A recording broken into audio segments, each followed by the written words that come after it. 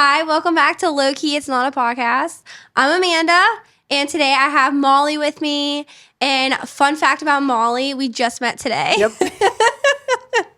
So my husband has a podcast. Shout out to the Yen podcast for young entrepreneurs. And he had Molly on it. And when she filled out, he's more professional than me. He has a form that people fill out. And she filled out the form and he was like, you need to look at this girl. I think you guys would connect a lot. And then I read it and I was like, oh my gosh, I love this. So I decided to have you on mine too. Here we are. Yeah. So you're doing a twofer today. So it's going to be a long day for you. Here for the ride, you know? Yeah. You're going to have to like constantly be like sipping your water from talking so much. That's like the worst feeling, I feel. Yeah, I'll try not to make like weird sounds into the microphone, you know? Like ASMR, is that what it's called? Yeah. We have a friend who like, he secretly loves it. And I just wonder so many things about him. Like it really changed our relationship when I found out that he likes ASMR. It's oddly satisfying, it is. Yeah, now it's like a thing on Instagram. Oh, yeah. I don't know if you've seen it. Like people like they'll do the makeup noises. They'll, Yeah, they're like pop. nails on things. Yeah. And I'm just like, it's kind of crazy. I It's didn't gone know a that little was a too thing. far. Oh, way too far. Yeah. Because it makes you really wonder, like, why do they like that? It's a little weird. Anything can become a fetish. So we'll just We'll move stop on, it you there, know? yeah. But so I don't know if you want to tell a little bit about yourself so everyone can get to kind of know you. Yeah, And so- I can get to know you. Yeah, right. So I'm Molly. I live in the Pittsburgh area. I am an interior designer. So yeah, Matt was talking to me about my business that I started for interior design. And I guess a fun fact about me is I grew up in a very small town. My parents are older because my brother is 15 years older than me. So we are like same dad, great family union. I was just basically an only child, and so was he. Yeah. So they always joke that they raised two only children, but we're actually very close. Even though he's quite a bit older than me. So that's kind of the fun fact. And we have a golden doodle named Chai because we really were into like dirty chais from like our local coffee shop. I love that. At the time. And she's like the perfect little bit of like cream color, you know what I mean? So she fits her name. That's so cute. I love golden doodles. Our friend has a mini one. And so does my aunt. so My cute. aunt has a mini one too. Yeah. And I'm like, we got a mini Australian Shepherd. And with the hair, I'm like, we should have done the doodle. I didn't realize like how lucky I was getting when we got her. Like I knew hypoallergenic, but then we got her and I'm a little bit more OCD and like to have things like on the cleaner side. Yeah. And I was like, thank God I didn't even think about this, but this is beautiful. Like I love what's happening here. Yeah. And then everyone's like, oh, are you a millennial? And I'm like, basically, yeah, I know. We got a golden doodle. Like everybody who like has a golden doodle is basically a millennial, but it's fine. That's so funny. They're I didn't know perfect. that was a thing. Yeah. Someone was like, oh, he's a millennial. Like they were talking to my husband and he's like, yeah, okay, I have a golden doodle. That's like, so funny. I'm like right on the line. My birthday is literally like, I think I'm like the first. So me and Matt, our birthdays were 1 year apart. So nice. I'm right on the line of a Gen Z and he's the last millennial. And I was like, it's kind of funny. Like, but I always tell him, I'm like, I don't feel like I fit in with my generation. No, I'm at like all. on the tail end of millennial. Like probably I would like to be a millennial though. So that's how I am. Yeah. Claim that over Gen Z. Yep. Just take that with me. No, our mini Australian Shepherd is so hairy. But I grew up, my aunt had a farm her whole life. Nice. And we always like as kids, like in the summertime when we were off from school, my grandma would watch me with me and my sister with our cousins. So my grandma, who was probably like in her 60s, like late 60s at the time, would watch like 9 to 10 kids. Yeah. I'm sure she by loved herself. it though. Oh yeah. Well, it was a farm. It's like you could do whatever. It's farm life. But they always had Australian Shepherds. And I loved them. Like they were so like It was like sweet. the nostalgia for you too, I'm sure. Yes. Yeah. And so we had growing up, I had a golden retriever and a border collie. And so when we got when Matt's dog passed away, we were dating. And I was like, I know we have to wait because we met when we were 16. I know we have to wait to get married. So let's just get a dog together, which was so stupid. Yeah. But so he went to go get a dog and his parents went with him and they ended up getting our dog's brother. Oh, that's wow. So we have the girl and his parents have the boy. What a small world. But the problem is that they got, because he still lived at home and I still lived at home, they got raised together. So they were so bad. They were not like a normal Australian Shepherd. They were so bad. Because I was like, they're smart. They're supposed to learn so fast. Now you had like Dumb and Dumber, you know? Yeah, like literally, that's what they are. Their names are Luke and Bailey, which we laughed that they're like so, like our dog's Bailey and their dog's Luke. And it's so funny because I'm like, they just sound like brother and sister. Yeah. But they were so cute as puppies though, the way they would cuddle. But I regretted the hair, like, because me and Matt both have major allergies. Like, and I just got allergy tested last year because I was, like I was telling you before we started, I'm always sick. And so my PCP recommended I go to an ENT. And so they made me get allergy tested before they did anything else. Right. And they were like, yeah, you're allergic to everything. And I'm like, what does that mean? What? Yeah, like what does that mean? And she's like, yeah, everything we tested for you're positive. And I'm just like, can you retest? Like I know. I was like, maybe my skin's just super sensitive. And she's like, no, you're allergic. Did you to literally everything. do the one where they like put it on your skin, like your back or whatever? Yes. And So they did my arm. Yeah. They did. So then I think something happened where one of them, like, the rash was so big. I want to say it was the cat one that it went into the other ones. And so then they did it on my other, like, well, that bicep. probably was a determining factor. Oh, you're allergic to everything because the cat one spread. Yeah. It's just like your whole body. And then they did on my back, and my back was bad, which I have a weird, like, this is probably like TMI, but I've always had like weird, like, skin, like on my back. No one's perfect. Like a weird rash. Yeah. And it never goes away. Yeah. And I'm definitely like, it's probably because she said I'm allergic to everything, and I'm definitely maybe. I mean, like if you have like a wool sweater or something, some people are like allergic to wool. So like anything that like rubs against. Yeah. Sure, I'm allergic to whatever this is. Yeah. But we always laugh because we're always like, and that's why Matt earlier made a joke about like, I'm never allowed to do Botox because I'm literally allergic. Your face would be like, yeah, I'm allergic to everything. Like one time I did. Well, we went to Aruba in September, and from the feather pillow or something, I don't even know. And we also got tattoos. Matching tattoos. Oh, that's fun. Which mine has like makeup all over it, so it's all crusty right now. But when we got our tattoos, the next morning I woke up and my lips were swollen. I looked like I got a lip job. Oh my gosh! But like, at first it was bad, but then it got to it looked like a good lip job at one point. What do you think it was from though? We have no idea. We're just assuming maybe just like me, like because I was drinking alcohol and mixed with tattooing. Yeah. I don't know. I don't know. You left the country to get a lip job. That's what most people would say. Yeah. It's cheaper, you know? Yeah. But it was so funny though. I was like, Matt, my lips feel weird. And I went in the bathroom and I was like, oh my God. Yeah. And it was weird. It was just my lips. So I don't know, like if something maybe like one of the drinks I got. It had to have been, or like the straw. Yeah, or like juice. I don't know. They're super eco-friendly there, so they usually don't give a whole lot of straws yeah, out. that's right, because of the turtles. Yeah. Is that why? Yeah, I think so. Because they get stuck like in their nostrils or something like that. Oh my god. That's like the whole Save the Turtles campaign was like all the bamboo straws because then they like break apart, or like the sugarcane straws or whatever they make them out of now. Seaweed. There's seaweed straws. Oh, ew, I feel like that'd be so gross. I don't actually, those hold up way better than like the cardboard ones that they give you. I hate the ones that when you like sip them, they like melt. Yeah. Because I'm not a person that like sucks my coffee down. Like I like to savor it. No, my straw is definitely done before I'm done with my drink. Yeah. It's so gross. It's tapped out. It's done. I know. Aruba definitely did that. I wonder if it's the bamboo because it was like harder. Maybe. And it like was like if you'd push it a little bit, it would snap. So it must have been that. But they do have sea turtle hatchings, which we always miss it. But that must be why. Probably. But yeah, they're super. It's crazy too. Their water, they have like one of the number one like purified water systems or whatever. I don't know, like their water. So can you drink the water there? Yeah, like right out of the spigot. It's crazy, and it's so good. It's like so soft. Huh. It's so weird, but we love it there. We always say, I always want to buy a house there one day because I'm like, hey, I could go there every year. Yeah. But since you do interior design, talking about houses and stuff, I wanted to ask you kind of like how you got into doing that. Yeah, I mean, basically, as a kid, I was always doing something. You know, I loved art class. I loved being creative, you know, rearranging my room, repainting my room. You know, my mom is a huge advocate probably for this because she was an interior decorator. So she didn't go to school for it, which is why I say interior decorator, but she would help people pick out paint colors and like rearrange their rooms and help them with furniture. And so she was always a creative, you know, she was always doing something. She was making clay earrings and then she was making clay like figurines for people. And like, she was always doing something. She's into stained glass, you know, she's just a plethora. She's like a wonderful woman. She just does everything.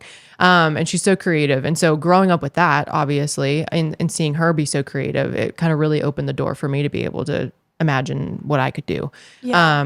So I didn't grow up in a family where they were like, you have to be a lawyer, you have to be a doctor, you know, like that was not on the cards for me. And so, yeah, being able to be creative, and my dad was a contractor kind of turned engineer, for the second half of his career. And so again, he was a little bit more technical, but kind of knew the architectural side of things from being a contractor and was very interested in that side. So I think it kind of was the perfect blend of architecture and then seeing my mom do different types of design, to where I felt the freedom to be able to feel supported, of course, too, to go into a more creative field and kind of explore the world of interior design. Yeah, that's so cool.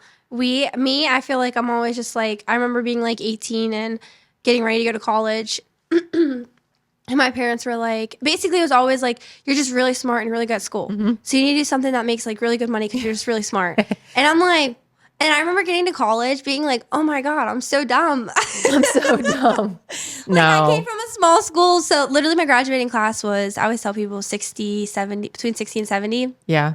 And I was supposed to have like 120. We had like 110, I think. yeah. Rip that's to the how other a lot 10 of who schools, didn't I feel graduate. like around like this area where we're at in Beaver, they're small. or like that. Yeah. And it was hard when I went to college because I was like, these kids had way more resources. Like when I took anatomy, all the kids in my anatomy class took it in high school. Yeah. And this was just a refresher, and the teacher went really fast through it. And my anatomy teacher actually was a doctor, like a retired doctor. Yeah. And because his wife had kids, he didn't want to be a doctor anymore. I mean, the hours are terrible. So yeah, it was literally so horrible. And I remember just like struggling, and I'm like, what the heck? Like I was smart. Like, so I like second guessed my entire life in there. And Matt, he started a business at 18. Oh, wow. He had an estate sale company. Okay. And I remember like helping him with it. Wait, does this mean you guys have like the in on estate sales now? Yeah. Okay. We got to hook up. We'll talk later. Yes. We'll talk later. I need to know. This is like on the hush hush, but we're bringing it back. Oh, okay. Because we stepped away from it and we're bringing it back. Oh, it's on the hush hush. And we're... Oh yeah, it's all right. It's on the hush. It's on a hush. I can't. You'll learn quickly. I don't keep anything on the hush hush. I am that person that. This is why I have a podcast. Everybody knows everything. I mean, hey, about my life. It's up to them if they watch it or not. You know. Yeah. They can know or not know. Yeah. Everyone that needs to know knows, so it's okay. Okay, good. But yeah, so he started out in a estate sale company at 18. His parents helped him start it up and stuff because awesome. he was like 12 years old, like an eBay prodigy at like 12 years old. So that's how you knew he always laughs. He'll be like, oh, like stop it. But I'm like, no, like that shows like you made like I remember meeting him thinking like, oh my God, you have so much money. Like you don't even need a job. Like his parents, I remember wanted him to work at Marshall's for like seasonal sales. And I'm like, you do not need a job. Like you're so smart. Like you work. But did he always have a job? No. No, he worked seasonal at Marshall's, and I don't think. Oh, he did work for his dad. His dad worked at Do It Best. Okay. But he always did eBay, and then when he got into the estate sale, but once he did the estate sale business, he never had a normal job. Yeah. And I always like admired, like I always just saw that, and I loved like just supporting him. And I was like, oh my gosh, like I want to drop out of school. I just want to support him. Yeah. I just want to be his wife, and I just want to be his wife. I just want to have a bunch of babies, and like that be my life. And I thought that was gonna be my life. My mom got a job at Geneva College, so I switched there. And we got I like was doing business classes. I switched to business from like the pre-med stuff I was doing. And so I go to Geneva, do business. I started working at a hotel and I like loved it. I loved the like rush. I loved my hospitality. Yeah. It's like so funny though. Like I de-escalated situations like so well. And at my hotel, the GM, like there was issues with her. Like she had health issues. She had lupus, and then her dad passed away. Yeah. So she was like gone, and I was a stand-in GM at 19. Right. And I like was running the hotel, and I loved it. Like I loved having the freedom. Well, then it got to a point where they like wouldn't give me a rate. Like they were paying me like $10 an hour. You get capped. Yeah. Yeah, they would not pay me more than $10 an hour because I was 19, and there's a bunch of stuff. And they were like, if you want, like finish your degree, we'll send you to hospitality school. Like they kept telling me like we'll get you a hotel. Empty and promises. I was like, okay, like maybe I don't know. And I like talked to Matt, and Matt's like, no, like you have the personality. Like let's just run businesses together. Yep. So he ended up like he's had so many businesses, but we ended up at one point opening that was my first business with him, was a furniture store. Oh, fun. I had a cleaning company for that actually was my longest business, but the furniture store we did together with another person. And I like it's one of those weird things how Matt was telling you earlier. I have a weird like people would ask me to design things and I don't know what I'm doing, and it would always just like turn out good. You'd be like, oh, I did it. I'd be like, oh, this looks good. Okay. In our house, it was so funny because I am like you, I want to change things constantly. I hate, like, I love change. Most people fear it. I love it. Like, I need something new in my, like, I always need something new. And so I always was changing our house. Like, I was always changing. And, like, I'm a thrower awayer. Oh, I purge. Oh, yeah. So I would, like, get rid of all our decor. And then we would, like, go to an estate sale and buy, like, all new, like you were in the right business, though. Yes. But, yeah, and with the store, I could do that because I would just get stuff from our manufacturer really cheap. Right. And keep it for myself. And then me selling one of those products would pay for the one that I took. Right. Or if there's like a damage and like a leg comes in broken, you just replace the leg yourself. And then you're like, okay, I'll take the damaged piece. And they're sending a new piece anyway. You know, Yeah, and we did. So we refinished furniture. Matt refinished furniture. He's actually, how you were saying he was saying your husband's like artistic, can do a bunch Yeah. of things. Matt's literally that. He's good at everything. It's really annoying. Like, he doesn't try. He just will do something and it's like, does it. oh wow, you're just like, okay, I guess you can sell that too. flawless. Yeah. He was so good at so he would like paint everything and then like sand it and paint it or stain it, whatever it needed to be done. And then I was always I would scuff it up because that was because he can't mess that Honestly, up. perfect balance here. Perfect balance. Yeah. I remember the one time he didn't know this. The paint was on so thick and we were like sanding it forever trying to get like the perfect scuffs on it. So when he wasn't home, I like got his hammer and I was like scraping his hammer along the side of it. And I remember him getting home and like complimenting me. And I was like, if he knew what I did to this piece of furniture, like he'd be like, what the heck did you do? I know, but that was my thing. I just loved sometimes what they don't know, won't hurt them. I was the wrecker. Yeah. But from doing that though, like I was like, oh wow, like I thought I loved that. And then it got to a point where that got exhausting. Yeah. And I was like, do I want to sit at a store dealing with people all day? Yeah, customer service is not for the weak of heart, basically. It's hard. Yeah, it's very hard. And it's a lot because like we would have people come in. I'm like the type of person where I like things like perfect. And it was really hard having people constantly come in and like critique the thing I built. Yeah. And I really struggled with that for like a really long time, even with like the marketing, because people still do that with us. And then when you become a mom, it gets even worse. Everyone wants to critique how you parent. And so that was something I had to learn from owning all the businesses was like being able to be like critiqued because it would like, and no one knew it, but everything someone, even with like friendships, you had done it. Yeah. Yeah. Like everything, anytime someone would say something negative to me, I had every thought in the back of my brain and I would like be like, okay, let's change this about yourself or like, let's fix this so they don't see it or like they don't see that.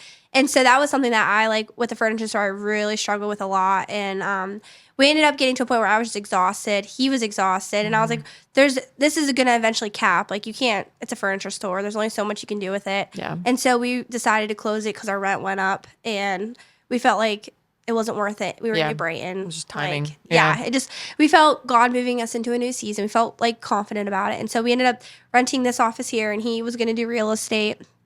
I was going to be a virtual assistant. Yeah. And then I was like, I'm not an assistant. I have too many opinions and I like my free schedule. I want to be in charge. Yeah. I don't work a 9 to 5. I can't sit in an office 9 to 5. So then we started doing social media for people and then we just like fell in love with it and he learned he had no experience of doing a camera and he learned everything on YouTube. I know. Tyler's a YouTuber. Like he spends hours on YouTube trying to figure stuff out. You know what though? That's how you know them two are going to get far in life because they're willing to learn. And then he just tells me, I'm like, can you just watch this video and tell me? That's how I am. Even with books, I hate books. Like my mom, she loves buying me books and I always tell her, I'm like, listen, just give me like an Audible credit. Like I just see, he listens. I have to hold. Yeah. I'm a holder of a book. Like I need it. Physically. I have to, it's weird. I'm sure there's some weird like ADHD thing or something, but I have to be doing something to like absorb it. It's like weird. Like I have to like either like be washing like typing, dishes or something. Yeah. Like something. Like cleaning, even like playing with my daughter. We started doing on the Bible app this plan with his family and I was listening to all the devotionals while playing with her yesterday. And like she was sitting there listening to them with me. Yeah. And I was like, I have to, like, I just like can't pay attention. I have to be doing something.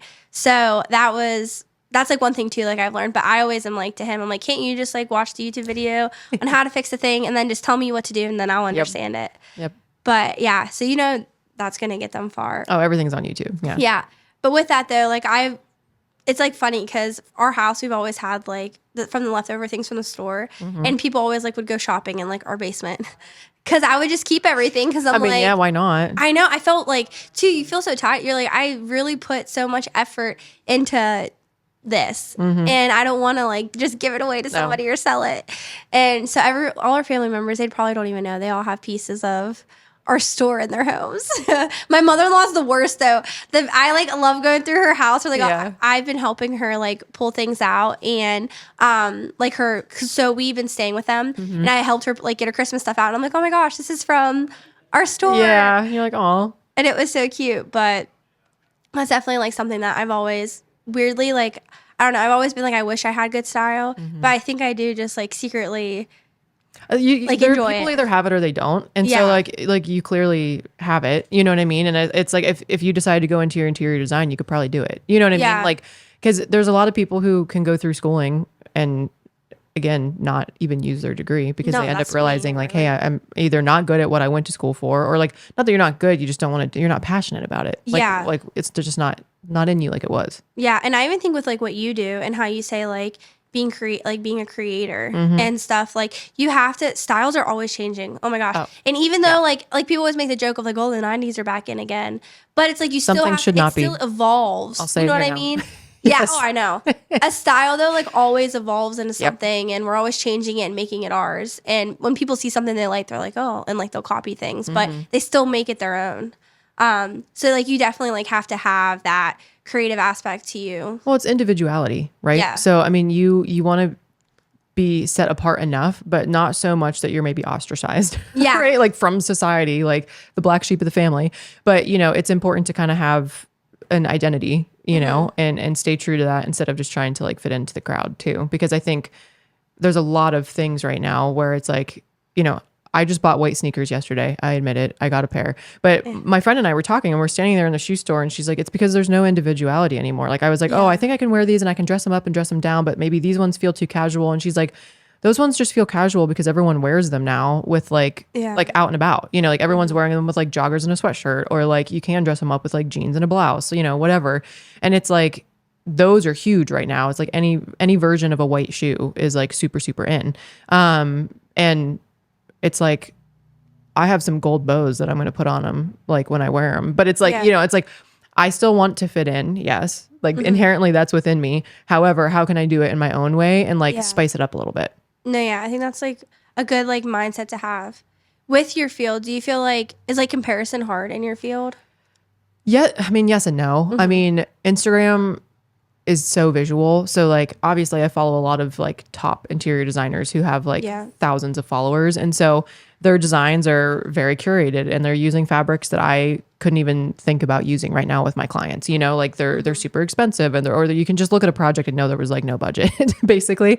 And so I think I compare in the sense of like, what do I see from this designer that I would like to replicate in my own way versus like I'm going to do that room for somebody else, you know, because that is a big no-no in the creative industry to just like copy and paste somebody else's room. And that has happened. You know, some major interior designers have had other people just copy what they've done, which is basically like stealing someone's like artistic like property, I suppose. And so, yeah, I mean, comparison is huge. I think everybody in the industry compares themselves. And I think like my friend the other day was saying like on the dating apps, I promise this is related, where they recommend that you don't put a picture of yourself with other people on the dating app because people inherently are going to look for comparison. So like if she posted a picture with a friend, she would be like, oh, someone would look at that and say like, oh, well, the friend is more attractive, or like, oh, well, like she has this or she has that. And it's just, we as humans naturally do that, whether we want to or not. And it's not always negative, you know, but we're always looking for something to compare something to. And so nothing changes with social media. I mean, obviously it's a curse and a blessing at the same time. So yes, I would say I do compare on social media, but I try and do it in like a healthy manner because I know I'm not there yet. You know, I'm not there in my career. So I suppose I need to be looking at people who are in a similar spot to me, and maybe there would be more comparison of like, oh, like they got that job or but honestly, like I'm on my own journey. Everybody else is on their own journey. Like we don't need to be comparing one another because we're all like the individuality within interior design is expansive. You know, everybody has their own niche or their own color palette or their own, you know, like their own style. And so it's like someone who's going to hire me might not hire my other friend who's an interior designer because we have different styles, you know, and you just have to take that at face value. They hired me because maybe they saw something on my website that they liked, you know, and vice versa. So yeah, I try not to get too much into the comparison game because it never really gets you far. Like it just makes you feel worse about yourself. Yeah, that's crazy about what you said about the dating app because it makes so much sense. Yeah. But I would have never thought that. Thankfully I never had to go on a dating app. My husband and I met through like a pastor who was like, you guys need to meet. And then we were like, yep, we're going to get married. It was just like, you know, that's just how it happened. But I mean, a lot of people are on dating apps and there's nothing wrong with that. But I've never thought about like the the psychology basically behind Yeah. building your profile. Yeah, and I feel like as a girl too, that's like really a hard pill to swallow because I think it's like in our like we do a lot of I don't know, I'm like a weirdo. I love like marriage books and like marriage podcasts and stuff like that. And I love listening to them because I feel like the one thing I care about the way people perceive me is like how I'm a wife to Matt. Like that's like the one thing that I just always want to be known as like a good wife and like a good mom. But I always feel like you can never be like there's you make mistakes as a I mean, if you're trying to be a good mom, you will be a good mom. Yeah. Like, I mean, if you're a bad mom, you're not doing anything. Yeah. So and that's how like I've always felt. And so like being a wife was like so important to me. In one of the books we read, we actually did it with his family, like a book study. And it talked about how like a woman, like men always need to feel like they feel love through respect. Yes, like, am I 100%. respected? And women always have the underlying question of like, am I loved? Yep. Like, do you love me? Do you truly love me? And when I read that, I felt like so understood.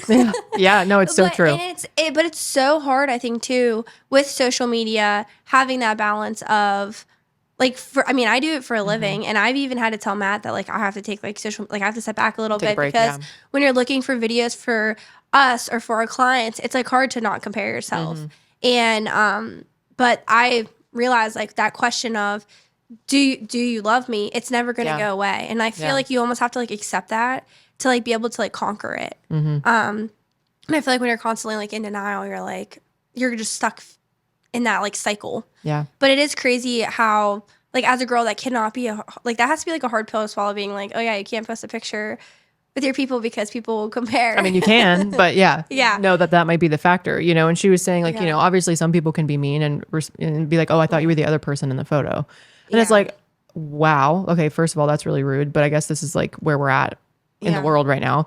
I'm like, I can't believe somebody would ever like use that against somebody, basically. It's like starting to talk to someone and then realizing like, oh, well, like you're not the person who like, obviously you have to put more than one photo on your dating app. But it just was like eye opening. And I'm like, I do not envy you having to like try and find somebody, you know? Like, I mean, yeah, it's hard. The world is so different from when I'm just glad I didn't never had to be really in the world because I met Matt at 16.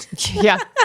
Yeah. So I'm like, thank God. Y'all had to figure it out. You were like, I didn't have to figure it out. locked and loaded. We're done. Yeah. I always tell people a couple podcasts ago, I sat down with a girl who's in college and I was telling her that I swear God knew that I was the type of girl that I just needed, like I needed someone. I could never be single. Like I always had, like, even when I was in like kindergarten, like I always had like a boy, and I like, cause I just needed that, like I needed that like reassurance of like myself. And it's probably unhealthy, and I've definitely worked through it through the years of like being alone and stuff. But I swear God just like brought him at the right time because he just knew that I would be locked and loaded with him and never leaving his side, and he wasn't allowed to get rid of me.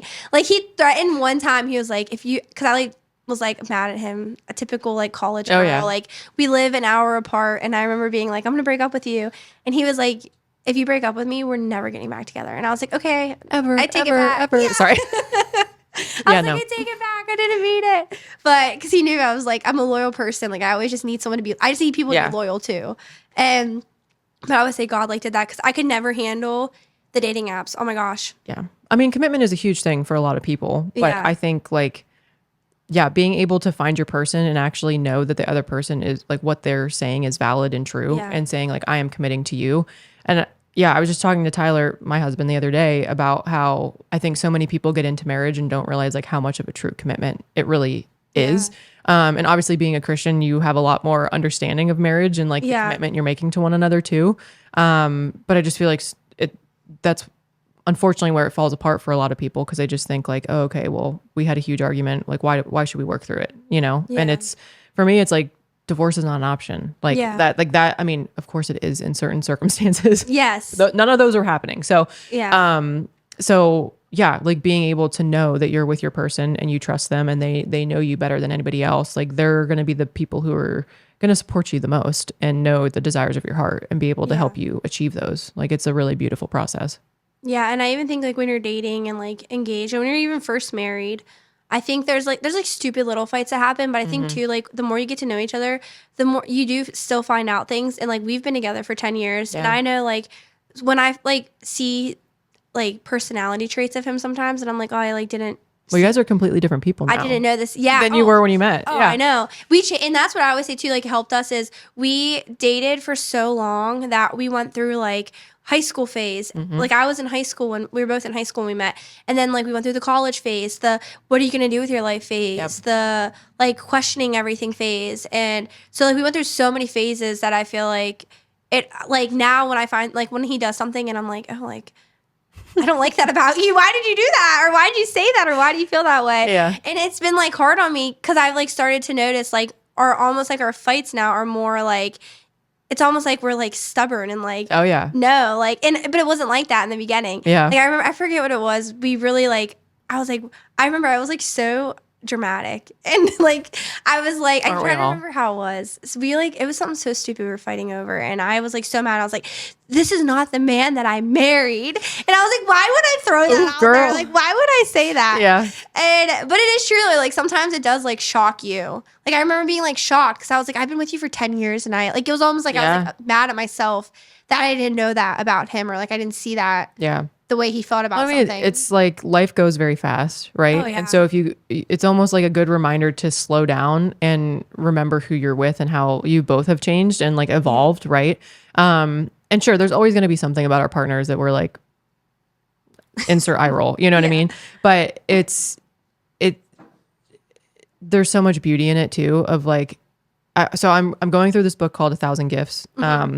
And it's basically this woman, and she's a Christian. It's a Christian book. And she is talking about like finding gratitude in your day to day. And if you have that belief and you can like give thanks to God, then like that is what like your life is built on. Like you're living life to your fullest means like thanking God and being able to recognize it. And so I've started doing this thing in the new year where I'm trying to write down something every day, if not multiple things that I'm like thankful for. It can be as small as I was at the gym this morning and I got in the car and I went and I saw that I had a snowflake on my pants and I just went to like wipe it off. And it was one singular snowflake that had like the perfect, like, and it's just, I mean, as a creator myself, I can't get over like God's creation of like the fact that the other day I was just saying snow didn't have to sparkle. Yeah. Snow could be a flat white and it could just land and it could be just as dreary as the rest of the wintertime. But it doesn't, you know, your headlights hit it and it sparkles, or like the sun comes out and it's sparkling. Like it didn't have to be that dynamic, but it is. And so like seeing that little perfect snowflake that's like so tiny and then melts away in 2 seconds, like there's so much beauty in something so small that doesn't last. Yeah. You know what I mean? And so anyway, just seeing that. So I'm like, you know, I'm writing down, you know, snowflake on my black leggings, you know, this morning. But it's just when you get into the mindset of gratitude, you know, one of the things she talks about in the book is she was in like an argument with I think one of her sons, and she had to stop like mid argument and just like say, God, like thank you for giving me a son, you know, or like just take a step back and look at like the bigger picture. And so I'm not good at doing that yet in the middle of like arguments, but I'm trying to get like embody that in my heart of like gratitude and looking for that and being thankful for that and not being like, oh, hindsight 2020, you know, I'm trying to see when God is blessing me or like giving me something now versus like looking back on it and realizing like, oh yeah, he was always there. I just didn't see it at the time, you know, and that will still always be true for certain things. Oh, for sure. But yeah, just trying to recognize like when it's happening. So all of that to say, I'm trying to recognize like when my husband and I are fighting or like he's changed and I've changed, like we're like, it's natural. And also being like, you know what, Lord, thank you for giving me a husband. And like, yes, we're fighting right now, but like that will pass. This too shall pass. Yeah. Like, yeah. I mean, we all fight. Oh, I know. Yeah. And we're all like stubborn and we're like, I think too, it's like funny because I feel like guys always get the stubborn personality. Like everyone's always like so quick to say like men are stubborn, but I want to be like, I'm like so stubborn like, as a I'm female. worse for sure. Oh, I'm worse for sure. Like he's stubborn on like dumb things or like business things. I feel like whereas like me, like, I don't know, like when I want something a certain way, like I want it and I will like fight till the death for it. And I know he's gladiator like, suddenly. Yeah, I know he's laid back and like loves me so much that he'll just be like, oh, whatever, she can have it. Like I probably sound like such a brat, but I definitely like women are definitely so stubborn. Yeah, I go to 0 to 100 so fast. Like I just get very frustrated very quickly. And he thankfully is a very patient man. Yeah. So with owning a business and stuff, and being a Christian too, have you found it like hard with, because I feel like there's definitely like a trend with women being like almost like a women empowerment. Yeah. And it's like honestly too, like I even like had this conversation with Matt's sister the other day, because it is kind of hard even like in your marriage to like, it's almost like God calls us to submit to our husbands, and you get the really like high version of people being like, oh, like submit everything. I don't want to submit Right. everything to a man, but then you also get, well, there's like a healthy submission. You know what I Yeah. mean? And like, have you found that hard in owning a business? Like the things you see, like, have you ever felt almost like you kind of like have to catch yourself sometimes because you're like, oh, I want to be like an empowered woman, or like, I don't know. Like, I feel like sometimes when I watch things on social media, Yeah. I'll be like, oh, am I doing this? Or it's almost like you have to like take yourself back and be like, okay, like God calls me to be this way and I need to be this way. And it's what God sees in me, not what other people are telling me. I mean, funny enough, I've been praying for God to help me be like honoring to him and like Yeah. respectful to him, and submitting to him in whatever way that looks like. Because I feel like submission is such a weird word in today's day and age. And I've heard some sermons that do a really good job of like breaking down the word submission, because we always think like, oh, like bow down, like, like, I'm like a slave. Yeah, I'm a slave. I'm in handcuffs, no. And so I think it's hard because we all inherently want to make ourselves look better. Yeah. Like we all want to preserve a certain image of ourselves outwardly, that people view us like the way people view us. Mm-hmm. But I think, yes, I am a woman. Yes, I have a business. I am empowered in the fact that I can even have a business, like, and the only reason I do is because my husband was so supportive of it, and it's like, I'm not saying I don't think there's ever a world in which he wouldn't have been supportive. You know what I mean? But like, I don't know if I was a single woman, if I would have been able to do that, because at the end of the day, we were living off of his salary to make sure I could even do this. You know what I mean? So it's like, as much as I want to be like a strong, independent woman, I can be that in so many other ways, but not when it comes to like, I guess, our relationship, or like because I need him as much as he needs me. You know what I mean? So I guess I've never really looked at it in a sense of like trying to like prove my like womanhood or my woman in entrepreneurship, like it's something that's a part of me, but it's not necessarily who I am. You know what I mean? Like, yes, it's a designation, but it's not like my heart. I don't know if that makes sense. No, it does for sure. Because even too, like, I mean, even with like the boss babe stuff, like I remember being like, oh yeah, like I like wanted to do before I got pregnant, I wanted to do like a networking group and call it right now we're in Beaver County and I want to call it Beaver County Boss Babes. Yeah. And I like kind of did start it up. Like, I mean, that sounds fun. Yeah. I was like, this will be cool. Like, and then I remember just being like seeing things on like social media and listening, the people I would like listen to. I had to really like sit back and look who I was listening to. And there was nothing wrong with the way they were doing things. It was just that wasn't the life that I wanted for myself. Because it was like at the time I was trying to get pregnant. So it's like I do want to be home. I don't want to be working.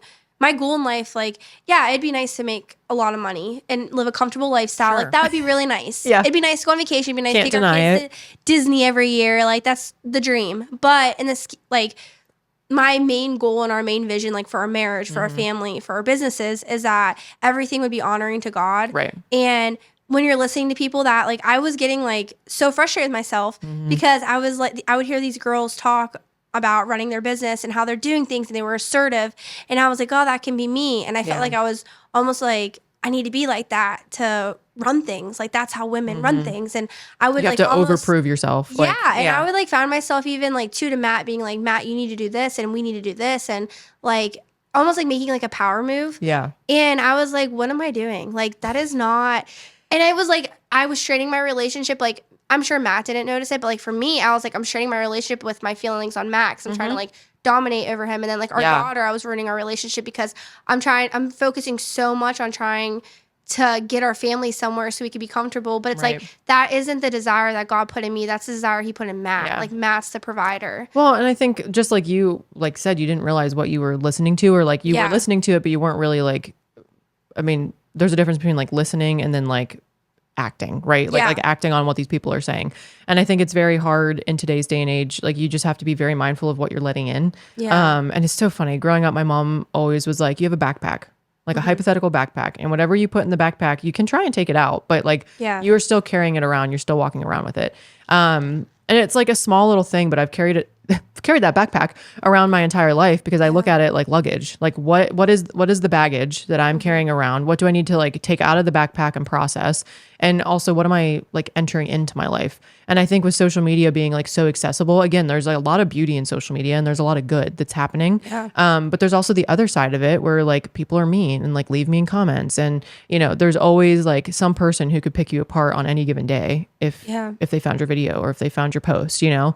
And it's kind of like, what am I going to allow into that backpack? Because I need to protect like myself, you know, and like my worth and my being and like my family unit, you know, which is the most important thing. Yeah, no, I think that's really good. And that's like mainly like when it comes down to it, like it sounds so, like I feel like it's almost like cliche when we say like just like trust God and like God's like all you need, and like when you like follow him and have faith in him and you let him be the ruler of your life, like and you die to yourself, like we hear these things and we're like, oh, it's like so cliche to say. Yeah, and we're just like, oh, like okay, like I used to be that person, like I'm not gonna lie, like I was almost like bitter, probably like I would say like maybe like 3 years ago, because I was just like, oh yeah, I just gotta let God rule over my life, and like okay, God, yeah, you know, and like I would like John 3:16, like everyone needs to like we'll go to heaven, and like I just remember being like so almost like bitter about the basics of like who God is, that I was like missing the whole point and like the simplicity of like just like living a simple life of like you need community. You need like you can't do Christianity alone without like having a community. You can't live your life like you literally can't make a decision without trusting in God. And like it's like funny, like so when we got our first house, we got it for I was like 5 years ago when we got married. So we got it for $25,000 from a lady from our church. Wow. Who felt like she wanted a young couple in there and like whatever. That's awesome. This house, like I was such a brat and I was like, no, I can't knock a wall down. I can't do this. Yeah. Like there's nothing to work with here. Yeah. And so we ended up looking for houses. We kept getting outbid. One of the loans fell through. Like it was just something always happened. And then I was like, fine, whatever. God wants us in this house. Like, we'll do this. Like I was such a brat. And we got in the house, and we like that house. Every time someone stepped foot into it, was like, your house is just so homey, and like I just feel the presence. Like our friends who were Christians would just say things like, I just feel the presence of the Lord when I walk into your house. And I remember being like, that was like the most like highest compliment. It's a high compliment, yeah. But like it's not one that like I thought I would need. Yeah, or it's not one that you envisioned in that house. Yes. Yeah. And like hearing that, it changed my whole perspective on like my home and like the life that like we were gonna build. And so even like I have family members who they're not following God, and they would just say, there's just something about your house. It's just so homey. Like, and they would always say like, it was your design. And I'm like, no, like it just, there was just something about that house. And so it's funny. I went from like hating that house to then we lived next to a paint plant. It smelled bad. We didn't really feel good about it. Fair. I don't care what the paint plant says. There's definitely something going on there that you shouldn't be breathing in. Probably. And we felt weird about having our 2-year-old, our daughter there. She was one at the time. So we got another crazy opportunity once again from his dad's old friend from their old church, and we bought this house really cheap. And we were like, okay, we made like a $90,000 profit on our house.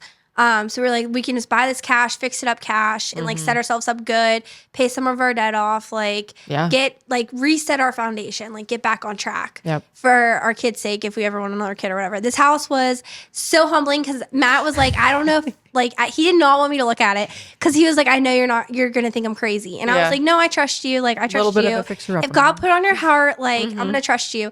And I remember us like we went and saw it and we got through it and we went to leave and I just started crying and he's like, no, you don't like it. And I was like, no, I just felt such peace. Yeah. Like I don't know why I hated that house. It's like there's nothing to work with. Like it's so small.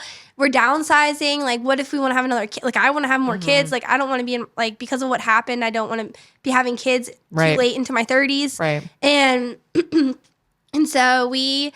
Like, I just had such a peace about this house. And it was like, I like couldn't help it. Like every time we would drive past it, like I would just get so emotional because I'm like, I just know. Like this is it. This is where God wants us. And I don't know why. I don't understand it. But I know this is where God wants us. And so we sold our house. It sold in a week. It was like such a God thing. Was smooth transact. So Matt was did real estate on the side. And this was his smoothest transaction. And we were just like this. It was such a God thing. Like it was Yeah. crazy. So then we get this house and we're like, okay, we're going to paint, rip the floors up, whatever. And Matt's brother-in-law comes in, who's a contractor. And he's like, I think you could tear this wall down. And I'm like, why did you say that? I wanted to tear it down. So we tore it down.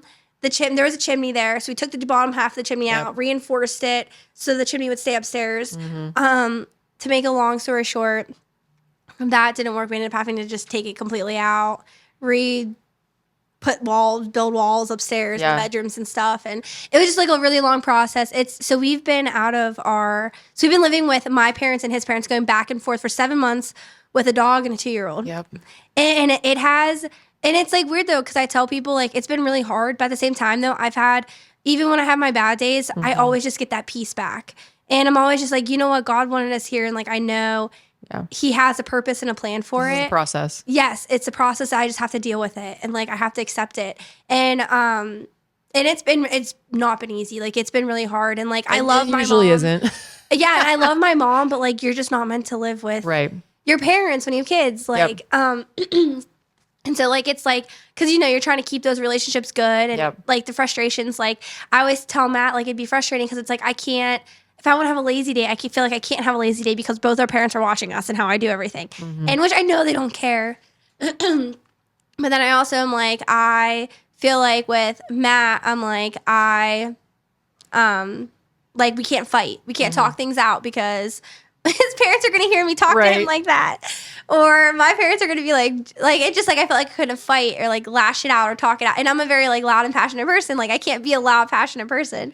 And so it was really hard for me. But after like we're coming now to, hopefully we're going to be moving in at the end of the month. And I'm like, it feels like I like finally, like you get to a part in the stage of things where you're like, oh, now you start seeing things get done. And you're like, okay, now we're moving forward. Because before it was all behind the walls, behind, in the ceiling, like you didn't see anything every design done. Project ever. Yeah. And so then now it's all I'm of like, a sudden. Yes. And so I'm like, now I'm like getting encouraged. And my brother-in-law has done, shout out to him. He has done so much like helping us and making sure we get in there because we are two dumb, young people in our late 20s that do not know what we're doing, and he's making sure we know what we're doing. Yeah. But like that whole process of like having faith and trusting God, like I didn't know I needed that, and even just like experiencing God's like truly peace in God for the first time was like a huge thing for me. And I think with like owning a business, it shows a lot about how you trust God, because especially when you know like you're a Christian business owner, you can't doubt someone's trust in God because you have it. Like you take a leap of faith. I mean, there were so many. I mean, right? Like deciding to quit my job was probably the biggest one. I struggled with that for like a year. Like I wasn't happy. There was just a lot going on, and I got to the point where I was like, I physically and emotionally cannot do this anymore. Yeah. And like the day that I put my notice in and I quit, like, I mean, I gave, I said I would stay longer and stuff, but the day that I officially quit was not the day that I planned on quitting. Like I had it in my head, okay, I was January 15th, like that was just the date that was like in my head. I wanted to wrap out a few things and tie everything up with a pretty little bow because I like closure. And God was like, nope. So here's when it's going to happen, and it's going to be today. And so yeah, I put my notice in and I was like, okay, God, like I remember calling my husband and being like, what do I do? And he's like, well, we've talked about you quitting. Yeah. Like now you hit the pavement. Like we're going to do it, you know? And so that was the biggest leap of faith, because like quitting a job that I had stability in, I was making a decent salary, and it's like, I just wasn't happy, and it was like, what am I willing to sacrifice for someone else that I should just be doing this for myself. Like if I'm going to be working this much or putting this much effort in, like I should be building something that I can be proud of instead of just like handing it off at the end of the day. And so ultimately, I wanted to build something that I could be proud of and share with other people, but also change people's lives in the process, and I viewed design as a very transformative process, and a very personal process. Like it's truly a huge honor to me for someone to call me up and say, hey, I want you to come look at my house. Yeah. And I think a lot of designers might not look at it that way, but I do, because I'm like, this is someone's most personal space. Yeah. And they're saying, I need help with this area of my life, which is sometimes frankly hard to admit. Yeah. I don't know anything about design. Can you come in and help me? And so the fact that they're willing and able to trust me to be able to take their, sacred family unit home space, and make that into something that they can enjoy more, and really be fruitful in is something that I don't take lightly. And so that has been a huge blessing to just get the clients that I have had. And because every job is a new opportunity for me to learn design, but then also have just new interactions with clients and people. Yeah. And I don't come out and be like, I'm a Christian, but I think it's like, I want my dealings and the way that I'm running my business to emulate that. Yeah. And so that's what I'm trying really hard to do. Yeah. Yeah. And like, kind of like closing it up and pulling everything together. I even thought it was really cool on like the questionnaire you filled out for Matt. I told Matt the one thing that like stuck out to me was when he said to describe yourself in one word. Yeah. You put intentional. I did. Yeah. And that really like hit, like I really like was like, oh wow, like it really showed your character and it showed who you were and who you are. And like in your business, it shows like the kind of person that you are, that you think that like you're an intentional person. Like that's one thing. And it shows too, like that's one thing, like too, you I value. Yes, yeah. And you value it a lot. And yeah. I think that's so cool. And, it's hard to, like I've always said, like I've struggled in friendships because I always felt like I was intentional and other people weren't intentional back to me. And I think that can be like challenging at times, but it just shows like your character a lot. And I think it's really cool that, like how you value going into people's homes and like designing them and being a part of like their process into making their home a home. Like, Yeah, thank you. Yeah. I mean, I do my best to be intentional.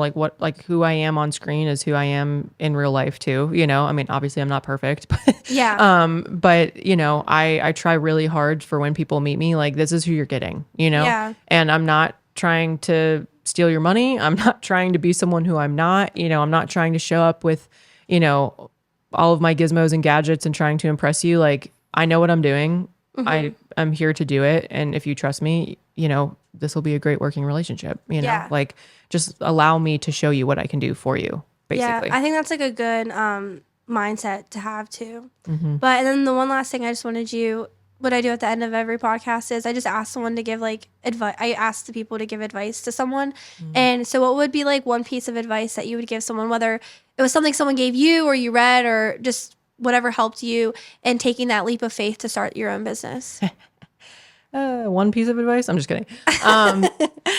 So, I mean, I think if someone is really struggling on knowing whether they should start their own business, right? So I guess my piece of advice is maybe for someone who's still working for somebody else and is trying to figure out like, do I take the jump from working like my 9 to 5 and go to working however many hours for myself every week? I think I would say a lot of people feel trapped where they're at. And the moment you realize that you are not trapped and you do have the power to get yourself out of that situation is like, it's a process. Like I said, it took me like a year to realize that I did have a voice and the ability to take control over my like career and my life of where I was at. And so I think my biggest piece of advice is just to, evaluate where you're at in this moment and just start taking baby steps to get yourself there. If someone wants to go out and start their own business, start doing things on the weekend or in the evenings that are going to push you to like, if you can get yourself to quit your job, I guess watch YouTube videos and figure out what other entrepreneurs are doing, sit down and dream about how you would like start up your business and like, what are your 3-step, your 5-step strategy for starting your own business? What are you passionate about? Because the more that you get yourself hyped up, the easier it is for you to say, oh, I do have the power and I have a plan. You obviously don't quit your job without a plan, but I would say, the moment that someone realizes that they do have the power to remove themselves from it may be a negative situation or just wanting to put themselves in a better position, like you do have the power to quit. Yeah. And like move forward in that. You just have to plan and like prepare. Yeah, I like that a lot. You have the power. You do. You have the power. Yeah. It's like a good reminder because I feel like we forget that sometimes. I mean, I have the power because God has the power, but like inherently we all have it in us to be able to get out of a tough situation. So no, I think that's really good. Yeah. But thanks for being on my podcast. Thanks. Nice to meet you. It's nice meeting you. And I loved getting to know you. It was fun talking. I really appreciate it. And I think it's cool hearing like another woman who has the same faith as me and taking the same risks and the same steps, and it's like cool to talk about it and have that in common. So I appreciate it. I enjoyed it. Hopefully we're new BFFs. Who knows? Matt always jokes with me because I always say that I'm like that person that I meet someone one time and I'll go in the car with him later. Friends now. I'm like, Matt, I just made my new best friend. I'm always like, let's get coffee. Yeah, I would say coffee is my love language. Hence the Starbucks in like every episode. But yeah, Starbucks, please sponsor this. But thank you for watching. Make sure you subscribe and looking forward to talking to you in the next episode.